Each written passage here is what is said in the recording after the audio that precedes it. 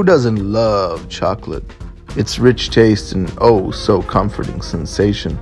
It's even better as a base for a sweet drink. Did you say boozy chocolate milkshake?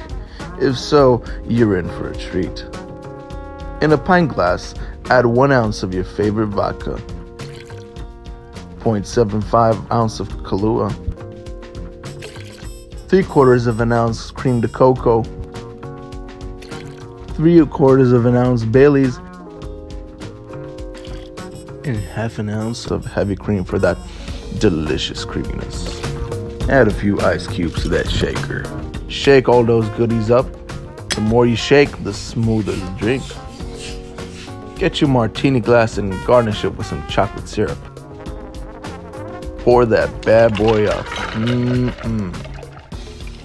Then sprinkle some chocolate flakes on top. Chocolate, anyone? Voila! Your creamy chocolate martini is ready for you to enjoy.